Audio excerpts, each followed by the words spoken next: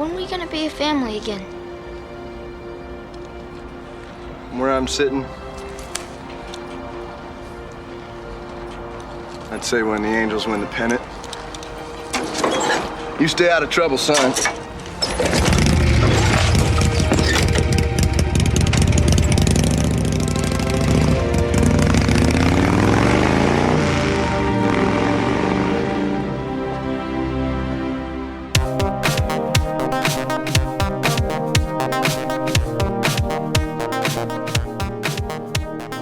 Man, he really left that kid in the dust. Is there anything more disrespectful than just revving your motorcycle as you drive away from your kid that just wants to be with you? Yeah, I was like, what? Sorry, I can't hear you, son. What? Motorcycle's on. See you next time. Bye. See ya. Bye.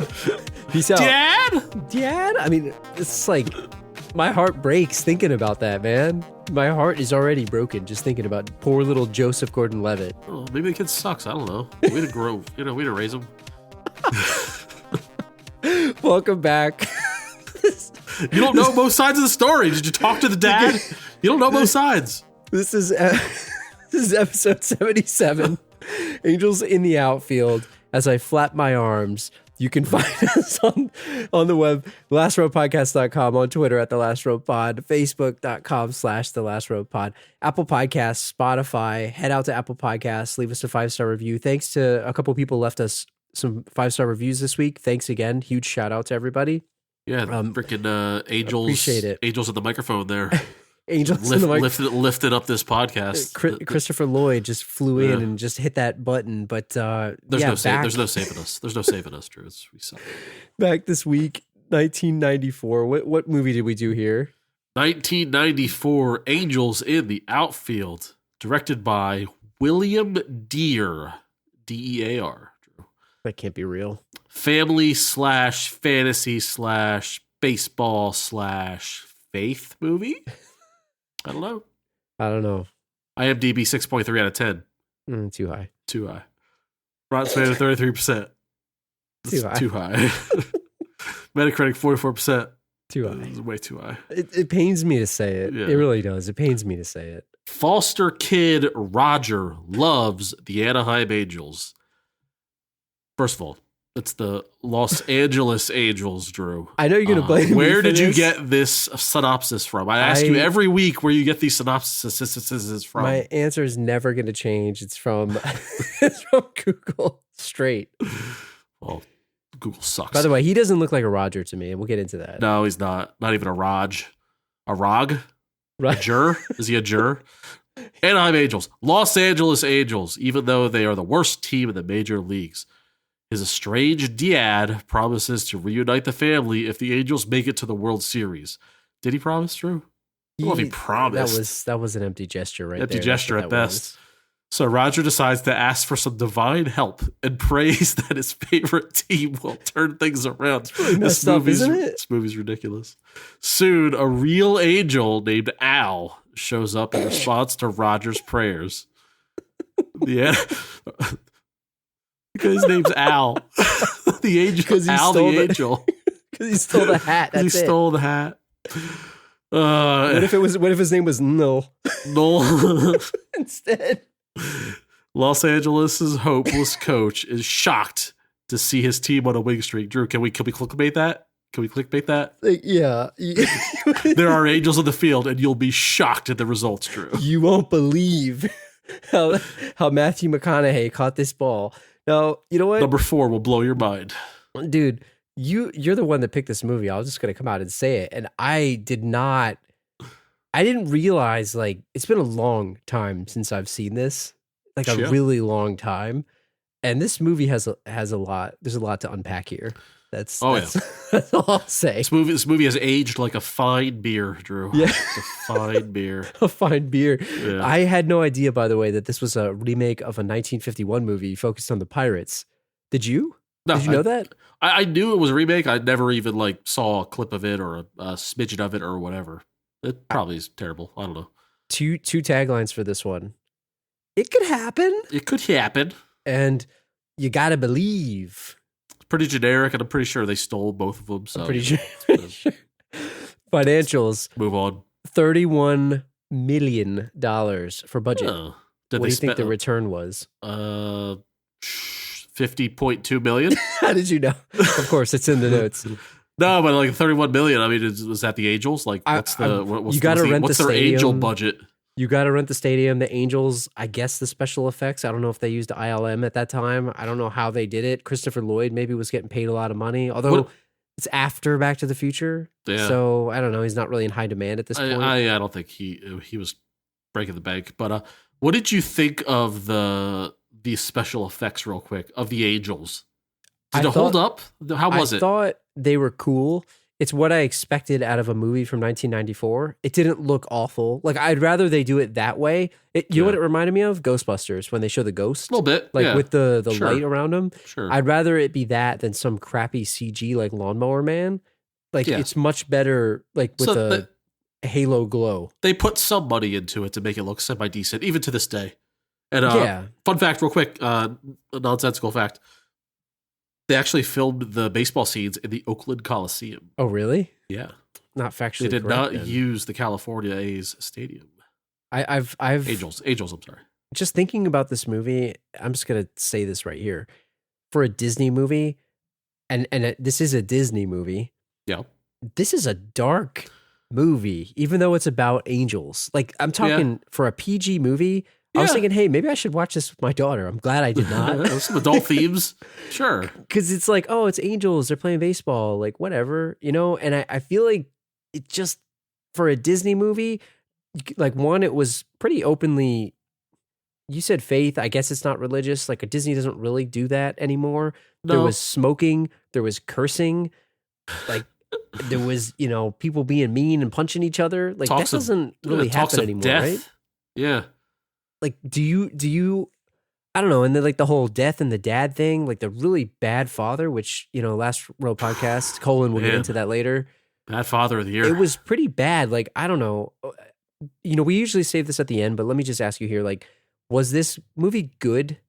Did you like it? Did you enjoy watching it? Yes, I was. That's why it's so weird, because I enjoyed watching it, but it was not good at all.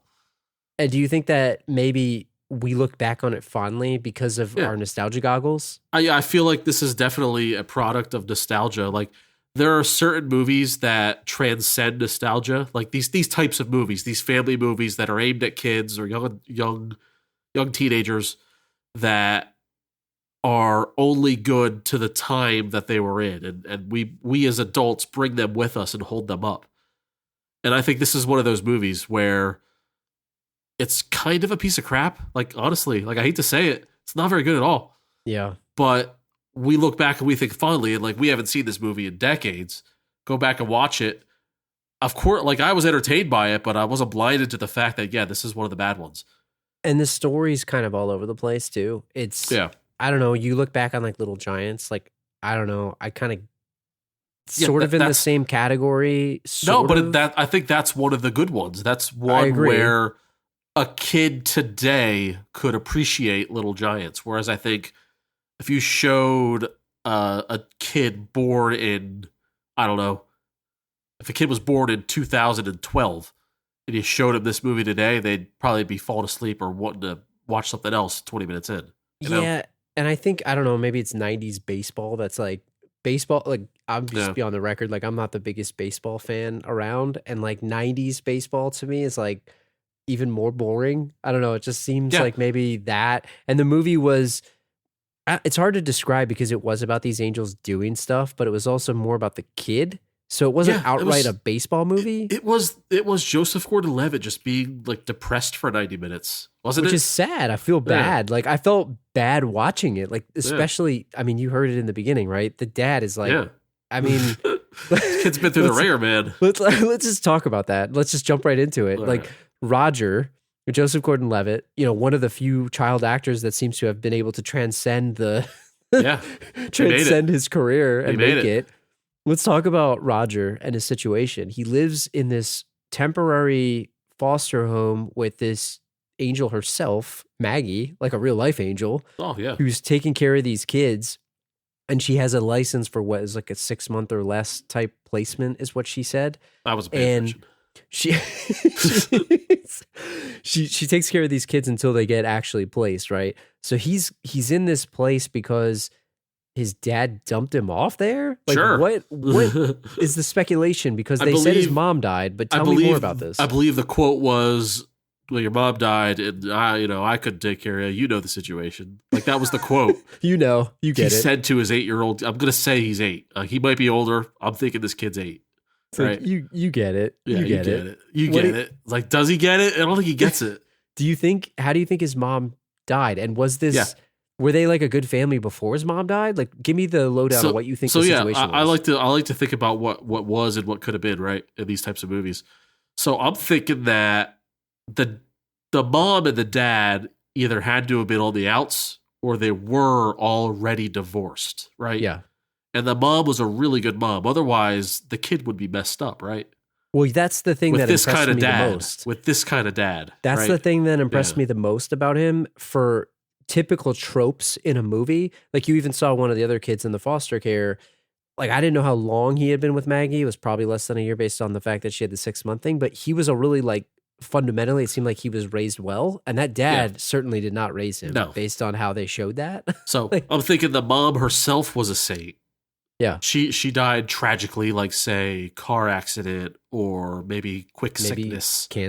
Maybe cancer, 6 months or less to live, that kind of thing. And the dad was like, when she died, unexpectedly, the dad was like, whoa, kid can't live here. What are you talking about? I never thought about the idea that maybe they were already divorced. I didn't even think about that. Yeah, because the dad got a letter in the mail saying, hey, your child's mother is now deceased. You are to now have sole custody of young Roger. And he goes, oh, no.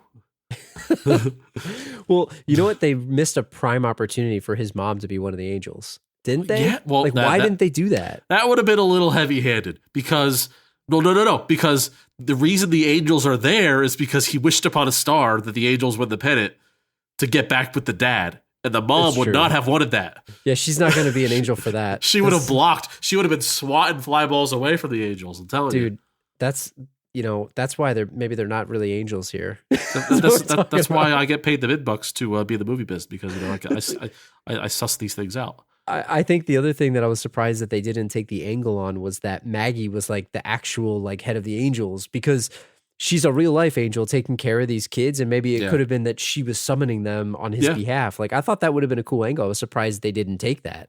Yeah, that they could have, because like, what do you mean? Like at the end of the movie, like she like flies up into heaven or something like that. She glowed or something, or maybe she winked or something that they could have done. Can an angel own a home, like let alone a foster home? Is that no? Because then after they all moved out, right? Yeah. The home would have disappeared. Oh, it's the like, home. You know what I mean? That wasn't really there at all, and she was just an angel taking care of them. There we go. See, we already improved the movie right there. I like it. Tell me, but reboot. Tell me more about this dad, because, dude, like, I want to know your thoughts. How bad of a dad is this guy? What did we say during? I believe it was The Day After Tomorrow. The next time we run into a bad dad in a movie, because it's such a trope that we're gonna have to create the bad father barometer. Yeah, I think you need to do it now. Yeah, I mean, it's about this time. guy. First of all, it's like it's like a checklist of like actions that this guy just like knocks everyone out of the park. Does he smoke? Does he drive a motorcycle? Does he have a leather jacket? Did he break a promise? And if so, how many? Does he show up unannounced? Does he show up unannounced to disown his son? Yeah. Was he, quote unquote, coming to get you, but not this time, son? I'm sorry. Timing just didn't work out. And was he divorced or just separated? Or does he have a girlfriend on the side who is not mother material? This guy definitely has a girlfriend. He might have 3 for all we know. I mean, this guy checks 7 of the 8 boxes, man. Do you think, now let me ask you this. Do you think that there was any scenario where the guy was kind of felt bad? He knew what he was doing, but he felt bad about it. Like, he looked like he had some remorse. He was embarrassed. He was embarrassed because he's a failure. Well, that's true. He didn't feel, I don't think he felt bad for the kid. If he felt bad for the kid, he'd make it work, right? Like, he just needed to clean his hands of this situation. And he just kind of move on. It's like a meeting that you're not looking forward to at work. Yeah. That's what he equates this to. I gotta go through that meeting, and then once it's over, once that motorcycle drives off into the sunset, he's free until the next meeting that he's dreading in like 3 years from now. I can't hear like a motorcycle driving away now and not think about him just like blowing smoke at this kid. Every motorcycle driving away is a father leaving his son. It's really messed up. Every single one. It's pretty messed up. And I'll be honest, like, this is one of the worst fathers that I've ever seen in a movie. Yeah. Like, I mean, he wasn't physically abusing him by any means, but like, this is messed up. This kid is like a nice kid. He's like an Ethan Hawke freaking knockoff. You ever see, what was that movie where the Richard Linklater? Oh, Boyhood? Yeah. He was like Ethan Hawke's character, good. but like the worst versions of all of it. You know? What about the other dude that was like the abuser? That guy's bad in that too. That, we can't do that movie. Well, that's the worst father. That's the worst kind of father. That's the worst father. Yeah. But I think, not to beat a dead horse, but this guy's pretty messed up. And throughout the show, like, or throughout the movie, like, they're like we joked about, he showed up to court unannounced so that he could basically give up his rights to his parenthood, right? Yeah. If he had it his way, we would have been in and out of there and out the back door, so he'd have to see it again. He was trying to sneak in. Yeah. I thought maybe he felt embarrassed about the situation. He felt bad doing it. I mean, that's why he didn't want to see him, because he, like, the way that, and I'll give Joseph Gordon-Levitt some credit here.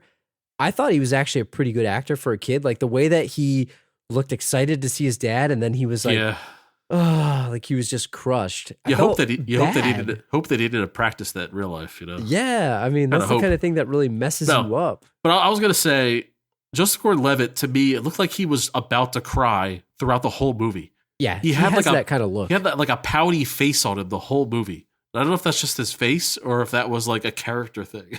He sort of has that face today, I guess. Yeah. Sort of. Like, I don't know. I mean, I think he did a pretty good job playing that. Yeah, he was fine. Yeah. That kid and that child actor. Let's talk a little bit about the rest of kind of what's going on here. He says, once the Angels win the pennant, maybe we'll become a family again. Yeah. A total empty promise, empty gesture. Why is it the empty gesture? Because this team is one of the worst teams in, movie sports history. They're awful. Bumbling is the term I would use. We didn't get their actual record, but we know that they were in last place as of the All-Star break, and they were a bunch of bums. I mean, it was that much was pretty clear after they lost, and Danny Glover basically threw the chair and flipped out. Yeah. Worse than the Indians in Major League, it seemed, right? Absolutely. They were really, really bad. You got a bunch of guys. I'm going to go through some of these, and I want to get your take on them. You got Mel Clark, the squeakiest of clean, washed up, like so washed up that he's squeaky clean, Drew. He's in the bathtub. He's in the bathtub. He's got the soap. So washed up that let's be serious. He's going to die in 6 months. That's how washed up he is. That's how washed up he is. He's so we made that comment when we did our Rookie of the Year episode 41. Go back and listen to it. Mel Clark, this pitcher, he's been around. He played with Danny Glover's character back in Cincinnati when he was managing him there. Does he have it anymore? Does he have it? No, he doesn't. And the manager knows it, and I think deep down he knows it too. He's fooling himself. I think we got to let the listeners know that like we use that washed up joke in our like everyday vernacular, and it's so ridiculous.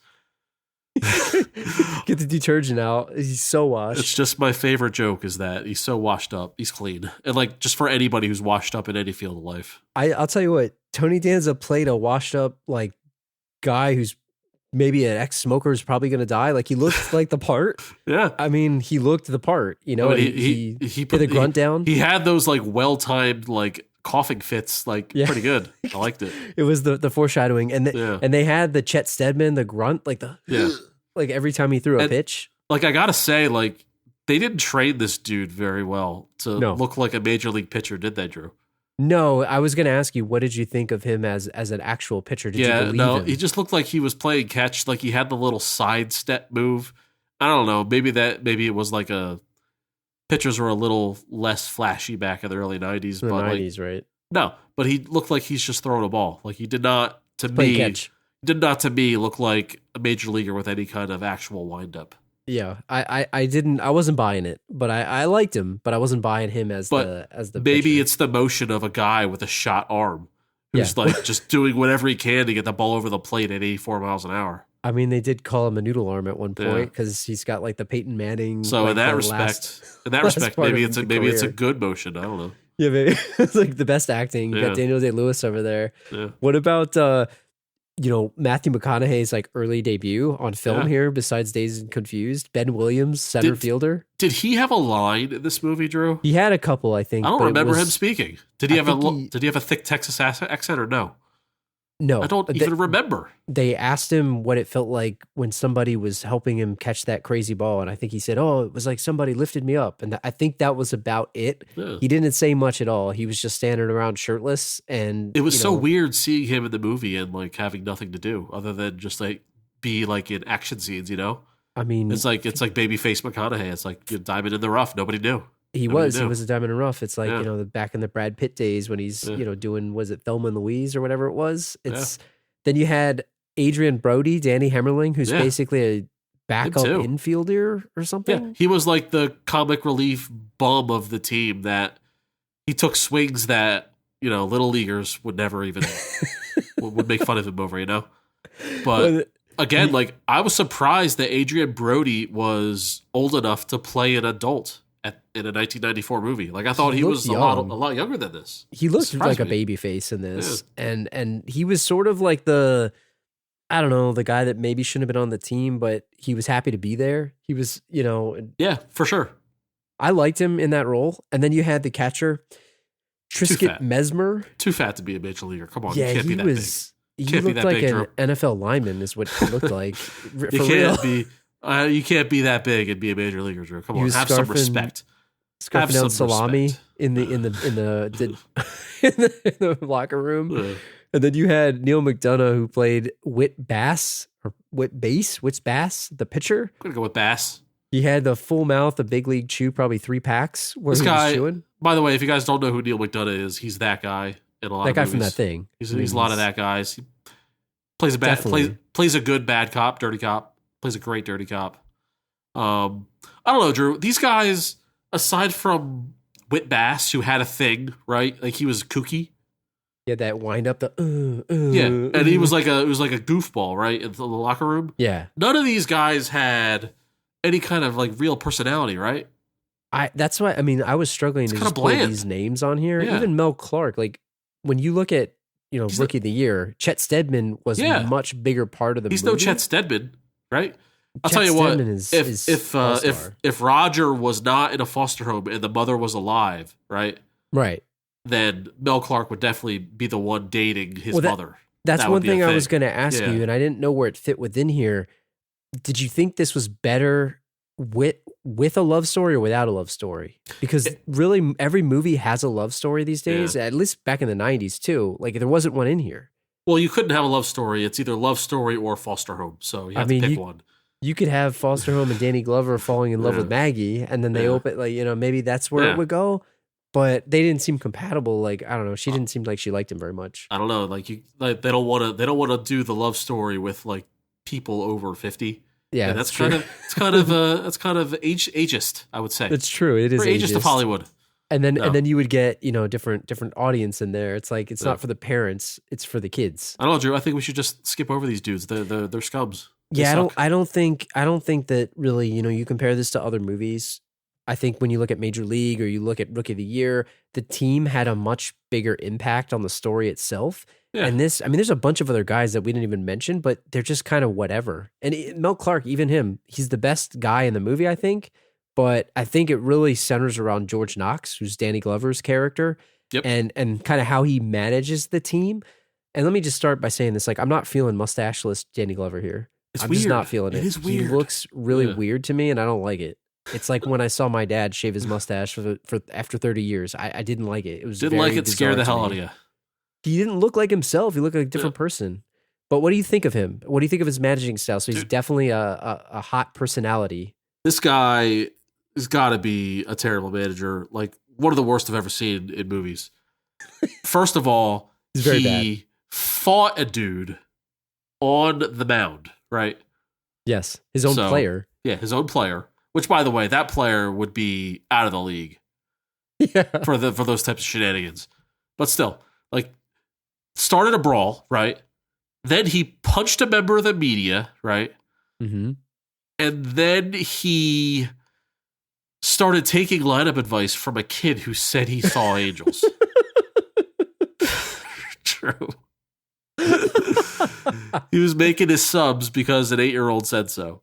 Hey, man, he had nothing left, right? After that, Yeah. It's like they were so bad, he might as well. He complained to the owner that, quote, no one can win with these bums, which is like, that is just admitting to your boss that you can't do your job. Yeah, it is. It's Yeah. absolutely. I mean, but he asked the guy to trade him away, but he would have less. Who's he Yeah. going to get if they're that Yeah. bad of players? They're going to get draft picks? It's like, no, Cash you can't concessions? trade 26, Drew. You trade 1, and that's the manager. You get rid of the manager. Yeah. It's his fault that they suck. It's his fault. I'm going to say it. It's his fault. But did he seem like a big get though? Because let me ask you this, because in the conversations when he was asking them to trade him away, the owner who, yeah, again, we'll get into that later.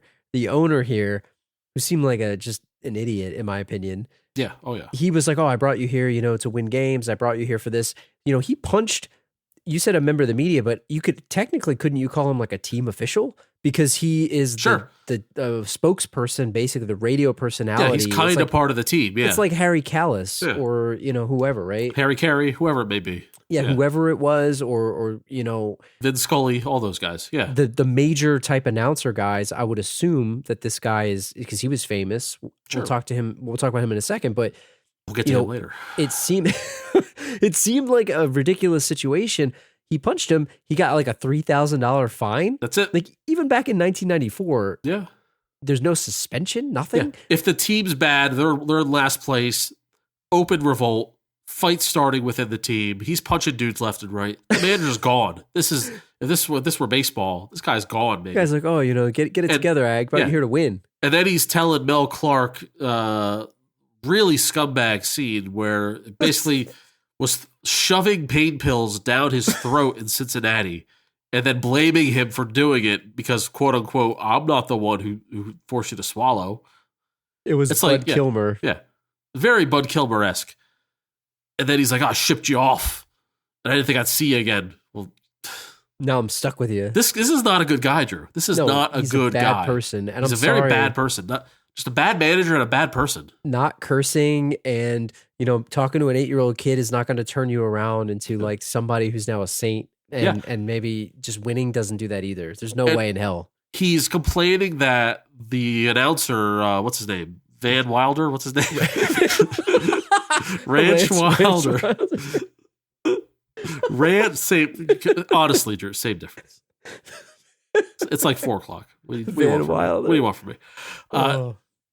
Said he took him out and ruined his career, but like, do we believe him, Drew? No, I think maybe that's his interpretation of the events. But again, he's a bad guy. He's twisting people's words around, twisting thoughts around, twisting memories. You know what that's called? It's called delusional, man. It's what it is. Yeah. I think he's got a messed up memory of what actually happened. I know Ranch Wilder, Don't Call Me Van, isn't that great of a person either for a variety of reasons. No, there's a lot of bad people in this movie, Drew. I mean, he was oogling women through the binoculars, like in a children's movie, which is also another thing that, like, in a Disney movie, it's very odd. Oh, yeah. So, he's flipping off the microphone for his co-host or whatever. It just seemed like a really weird situation, but I don't think that Danny Glover's character, George Knox, is a good person. I think he's an awful manager. He should have been fired. I don't care what success he had in Cincinnati. Yeah. It didn't make any sense. I mean, what about his management decisions? Like you mentioned he's a bad manager too. Tell me about what you think. You're a bigger baseball fan than me, so you know what is a good decision and what isn't. You kind of mentioned like taking advice from an 8-year-old. Yeah. What else did you see from him that would have made you say, man, what the hell is this guy smoking? So like skipping to the championship game or like the last game to win the division, there was he knew that the Angels weren't coming. Like that was a fact. The Angels were not coming. They're going to have to win this game on their own. And he's got Mel Clark's noodle arm out there for what they said was 156 pitches in the 9th inning. Why is he still in the game? And this was before Christopher Lloyd told the poor 8-year-old kid, that Mel has cancer. We probably shouldn't take him out of the game. Let him have this one. It was before all this was known. Hey man, he had the jacket on the arm. He kept it warm at least. Oh yeah, he kept it warm. He kept it real warm. 156 pitches. I swear. No wonder that he's stuffing pain pills down his throat in Cincinnati, Drew. Jesus Christ. They should have been juicing him up in the back too. You could imagine me yelling at the TV if I were watching a baseball game and the manager left Philly's pitcher in for 160 pitches. And he's just barely getting it over the plate. Why is he still in? I don't know. I believe in him. I believe in him. Is he the opposite of, what was it, Gabe Kapler? He's the opposite of Gabe Kapler. He's the anti-Kapler. He would basically pull guys. Let's take Aaron Nola out after 80 pitches, even though he's dominating. Yeah, let's take him out. Because analytics says so. He saw Angels in the bullpen. He saw them. That's probably what it was. Yeah. Like, I don't know much about baseball, but I know that that's ridiculous too. It's like, it's just ridiculous because, I mean, we're in the Philly area, right? So, Yeah. I watch baseball casually, but hearing all that stuff and people were so mad about that, like, and it's just like arbitrarily taking people out because of some number. That Tell you what, the Phillies fans would love George Knox as a head coach, as a manager. Let me tell you that. Well, let me say this, like, is this absurd to say? Because you know baseball better than me, but is baseball a sport where you can't really look at analytics because it doesn't really, like, for stuff like that? I don't know that analytics is going to help you, right? Isn't it based on feel? Like, some guys have it, some guys don't. I think you'll probably find that half the teams use analytics and half the teams use gut feeling. It depends on the type of manager you have, and I know analytics, front office you have. And I know analytics are a huge part, like when we talk about Moneyball. Like, I'm not saying like roster moves and stuff like that. Right. That's different. I guess I'm saying like something like that. Yeah, substitutions. Maybe I'm dumb. Substitutions is very old school. It's very a lot of the decisions are gut feeling. Yeah, like I think they have stat guys like to like offer their opinion, but I think they're routinely blown off. But I don't think they're going to be gut like feelings, where it's like a Doug Peterson going for it on 4th and 1 because it's 76%. Like I don't know. It's not as much as that, right? I actually think Gabe Kapler, if we're talking about Philly, very much uses analytics like to a fault, and that's probably why he got shit canned. Yeah, and now he's in San Francisco now, and who knows? I don't know if they're doing well or not. They're whatever, but. I think it's a gut feeling type of sport even to this day, more so than analytics. I mean, Danny Glover seems like the type of guy that if he wasn't working for this guy, the owner, he'd have been fired easily. But again, he has no gut feelings. He's taking advice from a kid who's seeing ghosts on the field, Drew. I mean, that's all he's got. We didn't talk. We'll talk about the Angels in another section, but. Do you think that Danny Glover is also a jerk for using these kids as a good luck charm? Because he doesn't see the Angels himself. Yeah, he puts them in the seats right by the dugout, and he's like, "Oh, give me a signal when you see an Angel, so I know what to do." It's like flap your arms, just using them, man. It's pretty messed up. And he's like making them watch all the games. It's like, make sure you stay by the phone on road games. It's like these kids have jobs. Are they getting paid, Drew? So I don't know. Again, let me ask you another I'm an amateur when it comes to baseball. I know you can pick up the phone and call, the bullpen and all that stuff, but can he take outside calls? I don't think so. That's an inline phone line there. That phone only goes to the bullpen, Drew. That's what I mean. That's a violation of baseball rules. I wasn't thinking in baseball, isn't it very traditional? Like you're going to break the rules, you're pretty messed up. It's like stealing signs and stuff. Like it's kind of messed up. And I was imagining, like I laughed my ass off when he's like, make sure you stay by the phone. I'll call you on the road games. I'm like, this guy's a cheater, man. Yeah. He's cheating. Making the kids, I swear to God, man, making them stay up late. Those kids go to bed at probably 10:30. Put an asterisk next to their name as they win this pennant and start to champagne over nothing. It's cheating. It's cheating. Let me ask you about his relationship with the media relations guy, David Montaigne. I'll tell you, the only thing I have to say about this guy is that he is Fred Armisen's brother, isn't he? Yeah. Or father or something. I know this actor. This actor is famously, I'm a huge Curb Your Enthusiasm fan, as I know you are. He's the guy that is the restaurant waiter that Larry gets into a fight with over taking food home with a doggy food bag. Home for a dog. To feed to the dog. You can't feed it to the dog. Coincidentally, his name is Davide. Davide. But what is this guy's actual job? Like, he turns into a babysitter, but what was he actually hired to do? I think he's like a PR guy. He's media relations. He only did a little bit of PR in the beginning where he basically helped them take a photo. That was it, right? Well, that's the thing. Somehow, some way that Danny Glover is his boss or is responsible for hiring or firing this guy. So like he has the authority to fire him or something. I don't understand why. This dude got So he can tell him what to do. This dude got used and abused. I mean, he basically was the babysitter of the kids as Danny Glover was using them as his lucky rabbit's foot good luck charm. Yeah. He got mustard stains on his linen suits. He got nachos up his ass. Like he sat on there. Is it fair? I'm just realizing this now. Is it fair to say that his scenes are the only scenes that were like naturally funny? Oh, I actually was laughing. I was laughing Like, very hard. I'm trying to think of other comedic instances within this movie, and I'm not struggling to remember any besides scenes involving this guy and the slapstick humor. Yeah, because even the one picture, the guy Neil McDonough or whatever, Whitbass. I wasn't really laughing at him like I would have laughed at Brickma from Rookie of the Year. He's not a comedic actor. He is a that guy, dirty cop type of actor. Yeah, He'll play a firefighter, maybe. He's good at that. See him. He played Damien Dark in the Arrow show back in the day on CW. That was another thing where I saw him, and I couldn't see him as really much of anything else. But this guy was actually pretty funny. I thought he did a good job. He had that straight face, like seemed constantly annoyed. Fred Armisen got it from somewhere, man. It's like this is like, every time I saw the guy, it was like I thought it was an SNL skit. Him just messing up at the ballpark, but. What would you do if you had to take care of these kids? Like, why couldn't he just quit the job? He was like, "Oh, you got to fire me by Friday. Can you just quit?" Drew, if I have kids, like I would be the deadbeat dad, Drew. So you'd be riding your motorcycle. Yeah, I'd get the leather jacket and the motorcycle. Like I'd be lighting up cigarettes in other people's homes. You lived apart. That's what I'd be doing. Let's talk about Ranch Wilder for a second. So, great name, by the way. Yeah. Played magnificently by J.O. Sanders. J.O. The triumphant return after he was on The Day After Tomorrow a couple episodes ago. He's got a contract. Quaid's friend. Drew, he's got a contract. Drew. He can't be fired. I mean, I've got a contract. Is he an official of the team? Tell me about how baseball announcing works. Is he actually part of the team? Is he a media member? What is this? I feel like if you're the play-by-play announcer of the team of the radio station, you are a part of the team. Like I feel like you'd get a World Series ring.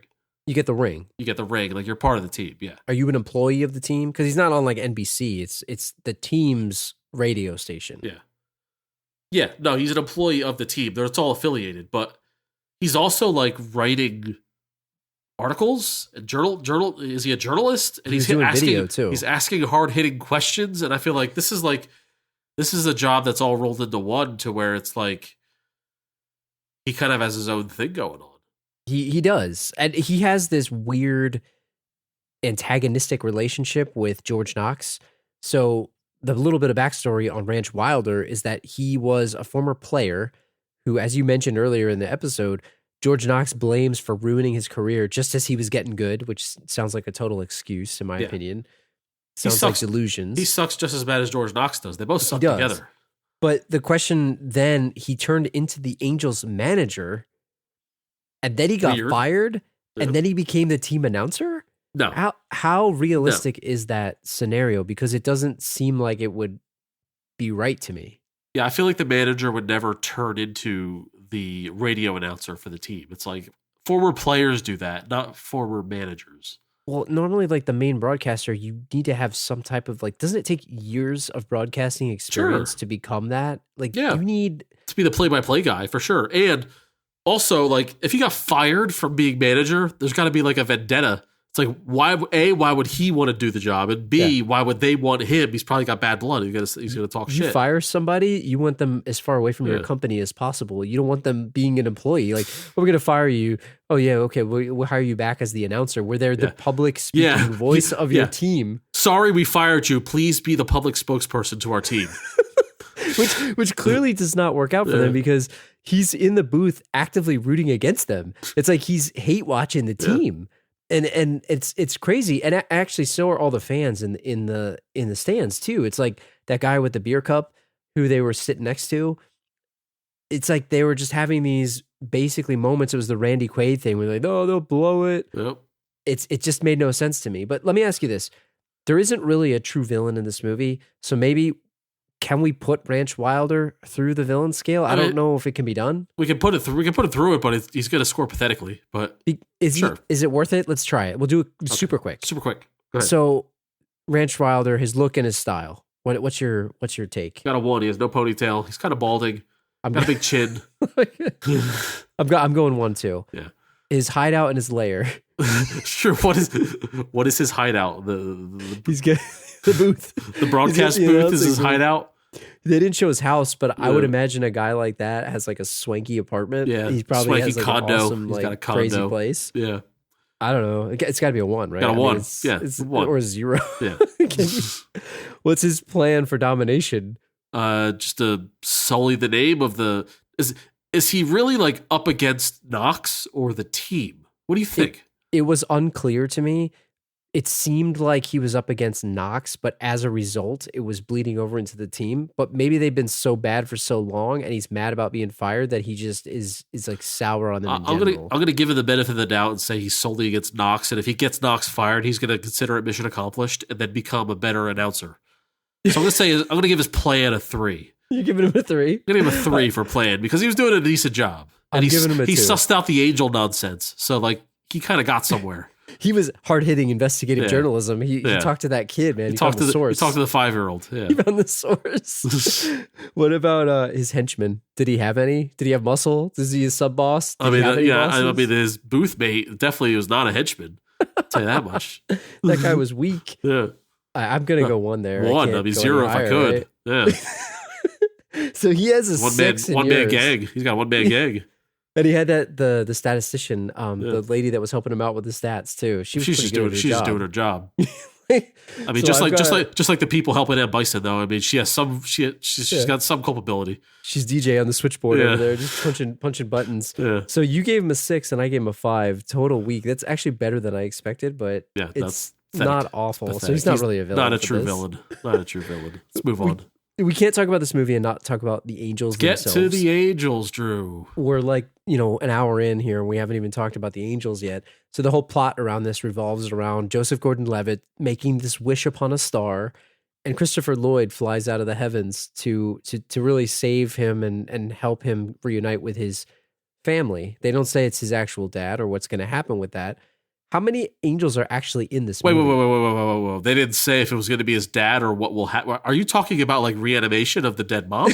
Is that what you're talking about? No. I'm talking about the... what kind of dark movie is this, Drew? I mean, it is a dark movie. I'm talking more about the Danny Glover thing that happens at the end there. Because he gets a family. Okay. He gets a family. Oh, shit. It did come true. It came true, right? I didn't think of that. It came true. That was the whole thing. But... there wasn't that many angels in this movie. No, not as many as I remembered, right? Are you disappointed? I was very disappointed and frankly shocked. Like how many scenes of angels were there, Drew? Like 5, 6? They should have called it 5 Angels in the Outfield. Yeah, it was like a couple games. Like I know that they were like there was a montage where they blew over a large portion of the season where they started winning. But they didn't show what happened. Didn't show like what like that's why when I talk about this movie not being good, it's like the whole thing was very depressing with the kid, but the actual feel-good like moments, the angels or the actual baseball being played was very minimal. Yeah, they kind of blew over it, didn't they? I mean, so tell the listeners if you haven't seen this movie, you probably have no idea what the hell we're talking about. But the angels come and they assist the players on certain key plays. So the way it works is only Joseph Gordon-Levitt's character can see the angels. And if he sees an angel next to a player, that means that player basically has a stat boost, for lack of a better word. Let's get the turbo. He's going to be able to bash the ball or make a spectacular catch, or sometimes a spectacular catch comes spontaneously. And really, that's all there is to it. So there wasn't enough of it in the movie, I felt. No, there wasn't. I mean, we could probably rattle them off right now. There's the Matthew McConaughey catch, which he did basically a double jump. There was the 19 infield errors thing where the ball was bouncing around all over the place because Christopher Lloyd was having a drink in the outfield. And he was drunk during this movie, wasn't he? He definitely was. Christopher Lloyd just looks perpetually drunk. Yeah. And then you had the bat getting bashed from Adrian Brody's character, right? He broke the bat on that hit. Yep. Or was that the catcher one? I couldn't remember which one it was. There was two hits. And then, because Adrian Brody, sorry, that I misspoke. Adrian Brody was basically like a infield single or something, wasn't it? That was the one where the ball's batted around. That was the one, yeah. Yeah, my bad. Yeah. A wrong situation. Then the catcher broke his bat. Then you had, I think, another catch of Matthew McConaughey going through the outfield wall. Basically, he should have broke his arm going through that. I can't even remember. There was probably maybe one or two more, maybe.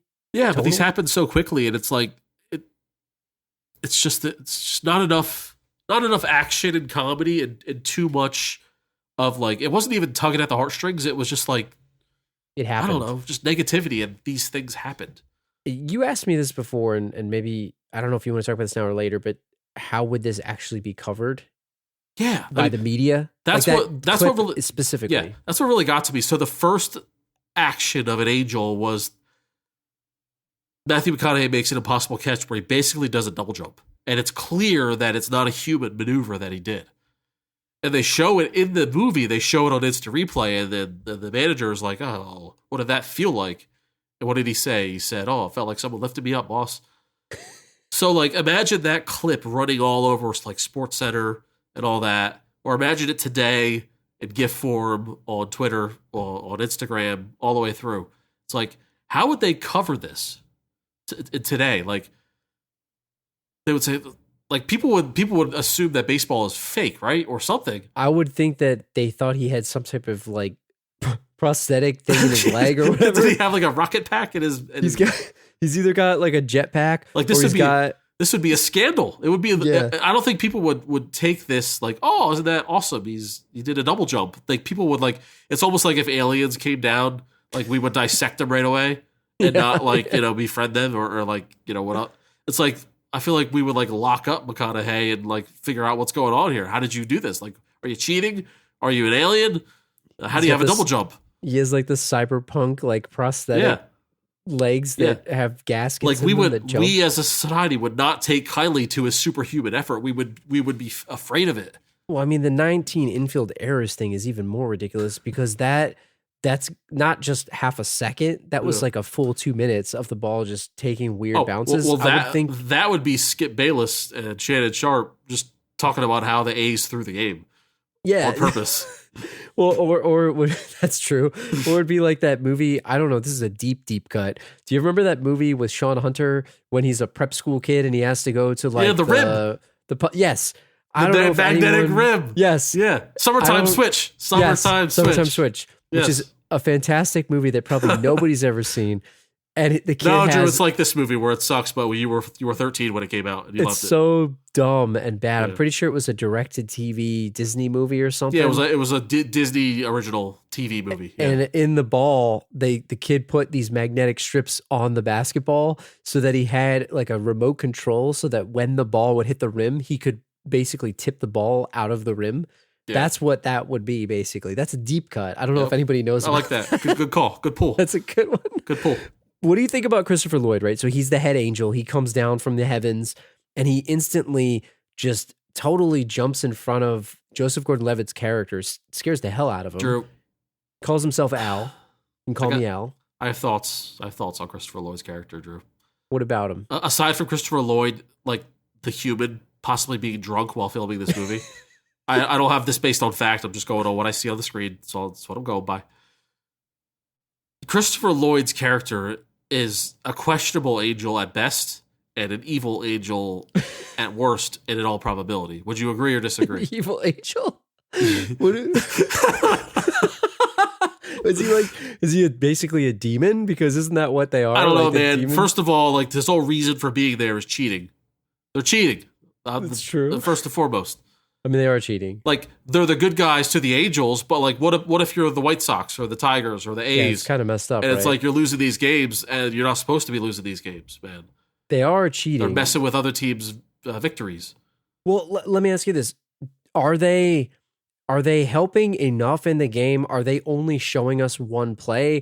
And does it become a thing where these guys are actually good and the Angels are getting the most out of them? Like, I guess I'm not sure how to interpret the acts of the Angels. Yeah. If you know what I'm saying. So I think the movie is trying to tell you to like have faith, not just religious faith, but like have faith in yourself and your ability. And you didn't need us all along. You could do it. Like, somehow if you cheat for 60 straight games, but you have to win the championship on your own. So if you happen to win the last one by yourself it's fine. Like that's what Christopher Lloyd's trying to get us to believe here. That's like What do you cheating think on a about that? test. That's like cheating on a test the entire school year and not cheating on the final. Yeah, Like, exactly. oh, I didn't cheat on the end. I did it on my own. Exactly. It's like, but I don't know how much these guys were actually good. Like, were they just on such a loser team Maybe that they they all were- kind of became losers? They were told they were losers by the coach, and they were playing poorly, and It didn't help them. Self-fulfilling prophecy. That's right? fair. That's fair. I mean, what would you say? So you said that Christopher Lloyd is evil here. Well, yeah. What makes him evil? Not only the cheating, but he's telling a little 8-year-old kid to don't tell any adults, keep a secret. Which is total. You're creep not supposed move. to tell a kid to keep secret, Drew. That's a creep move. What else?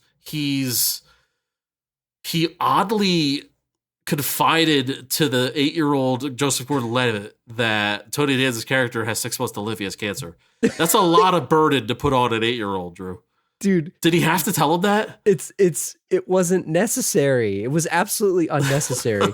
He's like, and they're in this game, and he's like, oh, and the way that he approaches, he's like, he's gonna be one of us soon. He's like, what? And he said it with like a creepy smile on his face too, man. Telling you. Don't worry, he'll be Yeah. a great one. Yep. It's like he's dying. Yeah. Like I get that they're trying to basically say maybe the message in '94 was, don't worry, even after you die, there's something else. But Yeah.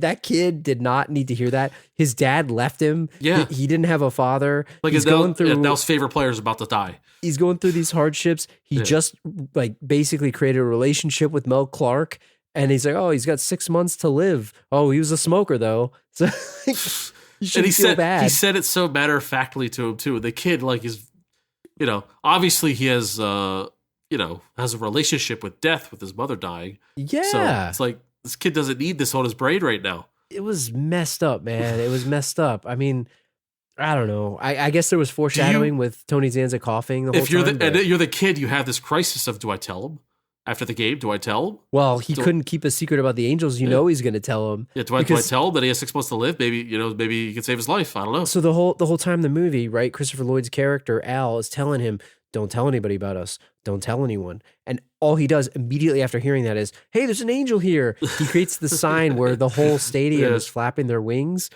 and Yeah, but they don't the whole know. thing with. But the thing with Christopher Lloyd that was weird was he was like, if you tell people about us, we're not going to come anymore.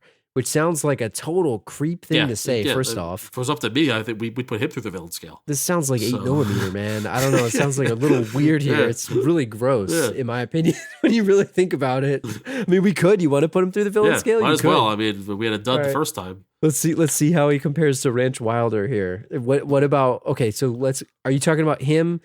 Christopher Lloyd, Al is on the Yes. villain scale. Yeah, here. The yes. true villain of the movie. All right. What Maybe. about his look? Well, he's got the long hair. He could make a ponytail. Good. Could I he? could right now too. Am I here, am I basically. misremembering, or did he have like long, It was shorter. bushy hair in the back? It was Or shorter. it It shorter? was bushy. Okay. I think no- I have no longer hair ponytail. than him right now. All right. He stole the hat though. He stole the hat. He did. He stole the hat from the I'll give him umpire. a 2. Give him You give him a 2? Two because he stole the hat and he looks drunk. He did. Yeah, I guess it's better on the scale if he's drunker, right? So the drunker he is, the higher the score The drunker is. you are, the bigger the villain. Yes. The bigger the villain. Yes. I'll go 2 as well because he had that squeaky white shirt. Like he was clean. Talk about being clean. Yeah. He was squeaky clean, and he was very clean. He was dead too. Oh so yeah. So clean he was dead. what about his hideout or lair? I don't know that we ever even Heaven? saw it. I don't know. But Or hell? maybe hell. I don't know. It could be either. I'm going to 1 because they don't show in it. the souls of all of the Angels players, Yeah, well, that's which is true. very ominous. He went into that guy's body. Yeah. We don't have abilities on here, but he No. definitely had abilities. All right. I'm going to give him 2. You're going 2? I'm going to give him a 2. I'm going 1 because they didn't show anything. I'm going to assume he's in everyone's soul. What about his plan? Now we could probably make up a plan here about what he was actually What was trying his to do. what was his like total plan? Like was he trying so like Clark has 6 months to live, right? Yeah, What if they wanted him a little early? that's true. So like his plan was him to die on the mound throwing 160 pitches. So he tells the kid don't take him out because it's his last game. he accelerated the death. He's trying to get the demon angel early. So it's accelerate the death. Who's the I'm not, again, I don't know much about baseball, but who's the White Sox like biggest rival? Is there a White Sox like rivalry? I don't even know. Like, maybe the Detroit, maybe. What if he hated the White Sox and he didn't care about the Angels or the kid, and he just wanted to like have the White Sox miss the World Series? Maybe he just hated the White Sox. Yeah. I mean, I think he was probably doing. I think there's something nefarious going on here. I think his plan.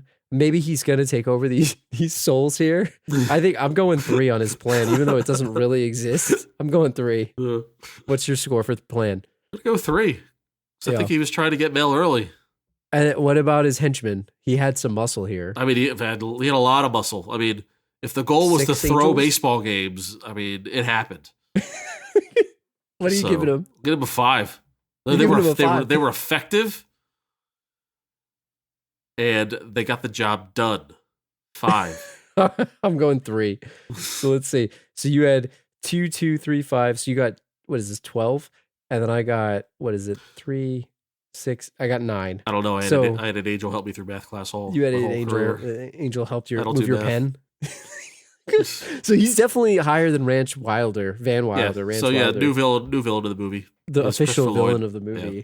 So let's talk about maybe just the press conference, because it's the turning point of the movie, and then we'll kind of wrap it up. The ridiculous press conference, Drew. The whole thing is that the Angels are coming into this, and they're, what are they, helping the players? They're helping in it, and it's been a secret the whole time. And then Ranch Wilder, hard-hitting journalism, he gets to the bottom of it because there's he says, he's like, something's going on here. Something's going on here. Like, what could be going on, really? From somebody who doesn't believe in angels. Well, Knox is making good managerial decisions, and it's not normal. So something's going on here. Like, something's going on. He knows to play a washed-up Mel Clark. Like, that's not nefarious. It's too odd. Why is he all of a sudden a good manager? Something's going on. Like maybe his plan is higher here. Maybe his tactics are higher because he's like nefariously trying to figure that out. But they call a press conference because Ranch Wilder writes a hard-hitting story, front page, about how the little kid, Joseph Gordon-Levitt's friend, told him that they were seeing angels. Yeah. Based on hearsay from a 5-year-old, Drew. This is the definition. A manager almost gets fired based on hearsay from a 5-year-old. This is the definition of what you call clickbait journalism. Yes. It's hey, a kid sees that there's angels helping the team. Like, that would be laughed out of the newsroom. This is not a real story, and the owner took it completely seriously. And can you imagine a world where a guy gets fired for his religious beliefs? Oh, it's a lawsuit waiting to happen. Yeah. I mean, unless he was doing something, like, he didn't do anything per se. He didn't talk about it. It was found out about him. And the whole, like, I'm going to give you 24 hours and we're going to have a press conference where you have to, like, it was basically like it was like a witch hunt. It was like they're going to burn, it's like fighting whether or not they're going to burn him at the stake. You got to deny this. You got to deny it. So let me ask you this. Is this owner this guy's the villain of the movie, the owner. The owner's the worst. He's too inept. He's too inept to be a villain. So he didn't care about Knox punching his own player and basically fighting him on the mound. He didn't care about him punching Ranch Wilder in the face, basically the team spokesperson. Everybody wants to punch Vance Wilder, though. But it didn't make any sense. And then all of a sudden, there's some hearsay story about possibly angels helping this team. We got to get out of this. I'm giving you 24 hours. Make your decision. Like, what is that? Well, how is that possible? Well, why do you think the team's so bad? You know, they picked all those players. They picked a crappy manager. They put a disgruntled guy in the booth for public relations nightmares. Yeah, it's not a very well run organization, Drew. I mean, if you own a team, and this is maybe a non-topic here, if you own a team, like, he's just sitting in there reading the newspaper in the owner's like office. Like, would you just hang out in the stadium all day if you owned a team? I think I would. Yeah, sure. It's your place. It's your stadium. Now that I think about it, like, this is a worse owner than the owner of the Cleveland Indians that purposefully tried to sabotage the team. You want to move the team? To move the team to Miami. He's worse. He put together a worse situation than she did. He did. This guy. He really did. This guy's and awful. He's trying to win. Well, and I thought, Maggie, the true angel of the movie, she raised a good point because in this ridiculous scene, they're having this press conference and then she's like, "Excuse me, I want to say something." Like, they'd pull her out of that room. Who are you?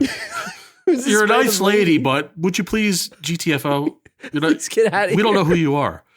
She raises her hand. She's like, excuse me, I want to say something here. But she raises a good point because think about, again, he's going to get kicked out for believing in angels, which aren't specific to any religion per se, right? It's a faith type of thing. But then you've got, she says it, nobody gives any crap to anybody about, doing the sign of the cross or whatever when they score a touchdown or ready to go pitch or something like that. I thought she brought up some good points there. Valid statements. She was hitting people up with some truth bombs there. Yep. But, so I thought this press conference was ridiculous, but it turns the tide of the movie because all of a sudden they're like, okay, cool. I guess we're down with the angels. Everybody believes in it. Do you think people came away believing that it was true? Because Knox had this soapbox speech about whether it's angels or faith or whatever what have you. You got to believe in something. It should have been written off as, we use the term angels loosely. It's a metaphor. This little kid, he's it's like a metaphor. 6 years old, said something, and they wrote a journalistic hit piece on it. Basically, it was a hit piece. It was a hit piece, and it almost got the manager fired. Ridiculous. That's too much power in the media. Too much power. It's ridiculous, So sports journalism in general is just out of control. It's like I think that's what happened in Philly here with the Eagles, but I think so. The movie happens. The pennant happens. They have this game, and the Angels come and basically say, "Hey, we're not showing up today. You gotta win it on your own. You gotta win it on your own." They trick Mel Clark into believing that there's a real angel. He throws this pitch, bailed out by great defense. By the way, it's kind of like selling your soul to the devil. It's like there's always a catch. The catch is you can't win it they can't win it with our help. You need to win it on your own. Do you think they would have actually been able to win without the Angels? I don't think they could have. No, if the Angels didn't exist, they never would have been in first place. I don't think they never would have climbed the standings. So, they win the game, everybody goes nuts, blah, blah, blah. And it's just the division, Drew. It's just the division. So that's the other thing that I want to ask you about, because we talked about this in episode 41, but my stance on champagning in sports and celebrating. Too much champagning. Too much. I have a Tom Brady stance on this kind of thing where, Tom Brady told somebody to shut the F up. And what are you crying about after winning the NFC championship? We didn't win anything yet. I agree. It unfair for me to say that baseball likes to celebrate over everything? It's like they win 1 out of 162 games and it's like champagne after every win. Well, first of all, Drew, I don't think you've ever sprayed champagne in a room in your life. It's probably one of the most fun things you could do. I haven't done it myself either, but it's an excuse to do it because it's so Fair fun. enough. It seems so fun, right? But I agree. I agree with you in principle. I agree. Where is it appropriate to champagne? Give me the scenario in baseball terms. Okay, where in baseball? You tell me if you think no. So because they do it after every round. You win the division, you champagne. That's a guarantee. I still think it's early premature celebration. It's 162. If you clinch your division at game like 155, you can champagne that night because it was a long season and you did it. You finally made it. You could breathe. Play your reserves the next day. I'll allow it. That's a champagne situation. I still think it's weak because you didn't win anything yet. If you win the wild card round, if you champagne, you're an amateur. Yeah, but they all do it, don't they? They do it. If you champagne in the NLCS and ALCS championship rounds, that's okay in my book. You champagne. I still don't believe that. You don't champagne when you make it to the World Series? No, because you didn't win the World Series. Okay, great, you got there and you lost. You're a loser. It's a hard 7-game series. It's hard. It's hard, but all right. How about Tom Brady, man? You didn't win anything. How about this? What about the caveat? You don't champagne if you sweep, but you champagne if you win in 7 games. Maybe in 7. All right, I'll allow that. You champagne in game 7 only. But so teams will be throwing game 6 on purpose so they can wait on game 7 so they have the ability to champagne.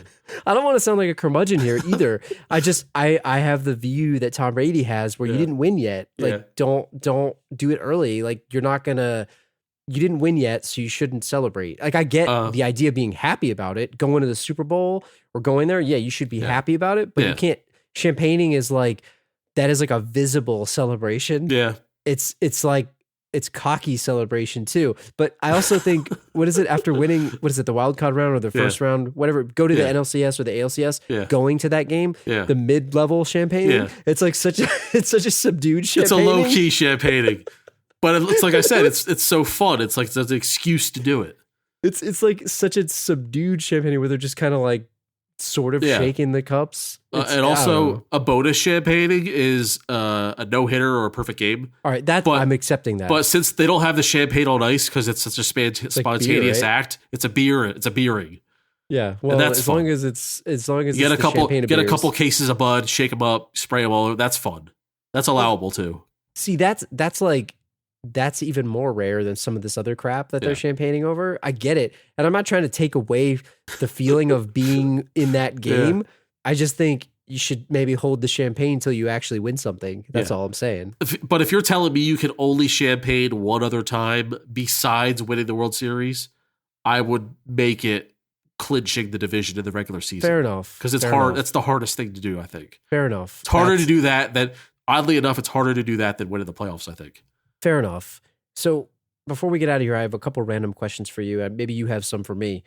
The first one I wanted to ask you was Danny Glover winds up adopting this kid. It comes true at the end, right? He adopts both of them. Yes. How long do you give it? Is it one losing season, maybe two losing seasons before he decides that this whole dad thing isn't for him and he becomes the deadbeat dad?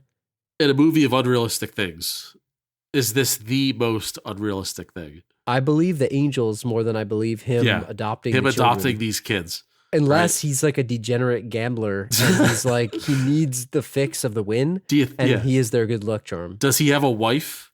It's like, I don't think he is. I think he was single is basically the way that it looked like. Yeah. So single dad, baseball manager. What's he going to do like during baseball season? Like, I know like, school is out.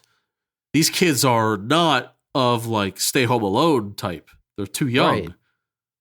Shit, they're just going to come to the ballpark. Are they going to come to New York on the road trip? Are they going to come to Detroit on the road trip? You know what? David, man, he's the babysitter. Yeah. 24/7. I'm not thinking, getting fired now. I'm thinking that he's thinking that kid's going to see Angels next season. And he's got to have him. He's got to have him. He can't have some family adopt Joseph Gordon-Levitt and send him off to Albuquerque or something like that. He can't have it. He's got to have him sitting right there in that seat, scoping Angels. Most unrealistic thing of the whole movie to me is that piece. And when he realizes the Angels aren't coming next year, man, it's gonna be a lot of tears. He's gonna be showing up in a motorcycle, Drew. He's gonna be showing up in a motorcycle. The second he trades that Porsche in for the motorcycle and then the team bus, the motorcycle's coming. Remember how he used up Mel Clark and then traded him away like garbage when he was all used up? Same thing here, man. One winning season and a couple Angels doesn't make you a good person here. He's gonna trade him back to Maggie. That's all. He's gonna trade him back to Maggie. I was thinking, Drew, like Angels in the Outfield. There's like a sequel that nobody knows about and nobody watched called Angels in the End Zone. Is this a football movie? Yeah, it's a football movie. Yeah, I didn't see it. I know it exists. I never saw it. It stars Christopher Lloyd, and that's it. Was it a direct-to-DVD or it was one of those, thing? direct-to-video Disney type piece of garbage. What else can there be Angels in to like help us in our everyday lives? Could they make a soccer movie? I mean, are you talking non-sports? It could be sports. It could be everyday life. Like, I don't know.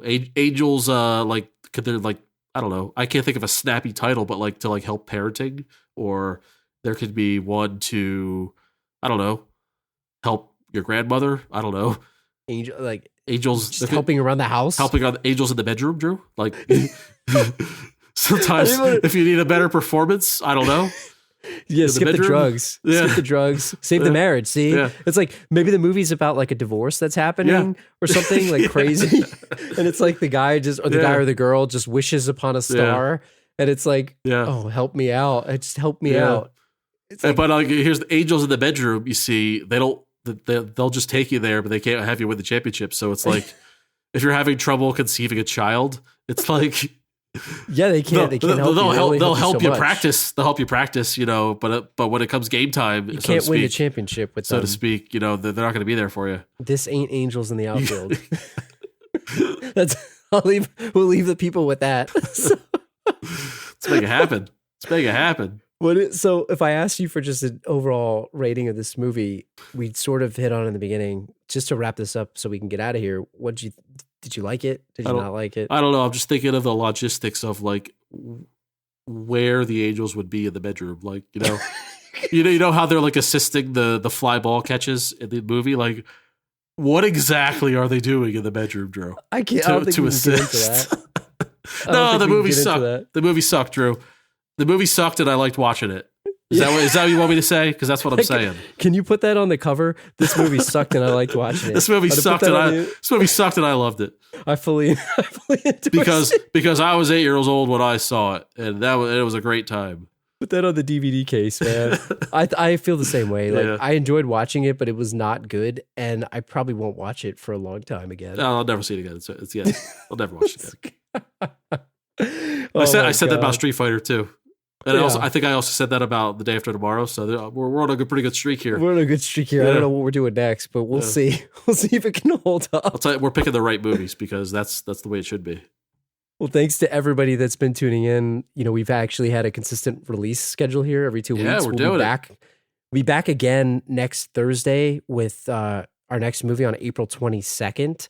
Thanks to everybody that left an Apple podcast review. There was 2 new reviews this week. Really appreciate everybody that's taken the time to actually go and do that. If you haven't and you're enjoying the show, head out to Apple Podcasts, leave us a 5-star review, say a few words about the show. We'll give you guys a shout out. Thanks to the folks that did that this week. If you want to send us an email, thelastrowpodcast@gmail.com. Visit our website, thelastrowpodcast.com. Go check out all of our old back catalog. Episode 41 was Rookie of the Year. We'll put a link in the show notes. Tweet us at thelastropod. Hit us up on Facebook, facebook.com/thelastropod. And we're using Instagram a bit more these days, instagram.com/thelastropod, at thelastropod there too, wherever you want to find us. And we'll see you guys in 2 weeks. I don't know, Drew. I'm just like picturing like the thrust is like the angel is behind you. He thrusts, which makes you thrust. With the creepy smile too, because no, it's all business. Oh yeah, they did have creepy smiles in the baseball Didn't they have film. the creepy smile like they're waving to the person? Yeah. Like who sees it? Do you see the angel, or does like the other person that sees the angels for you? Yeah, I guess you wouldn't see him. I guess, yeah.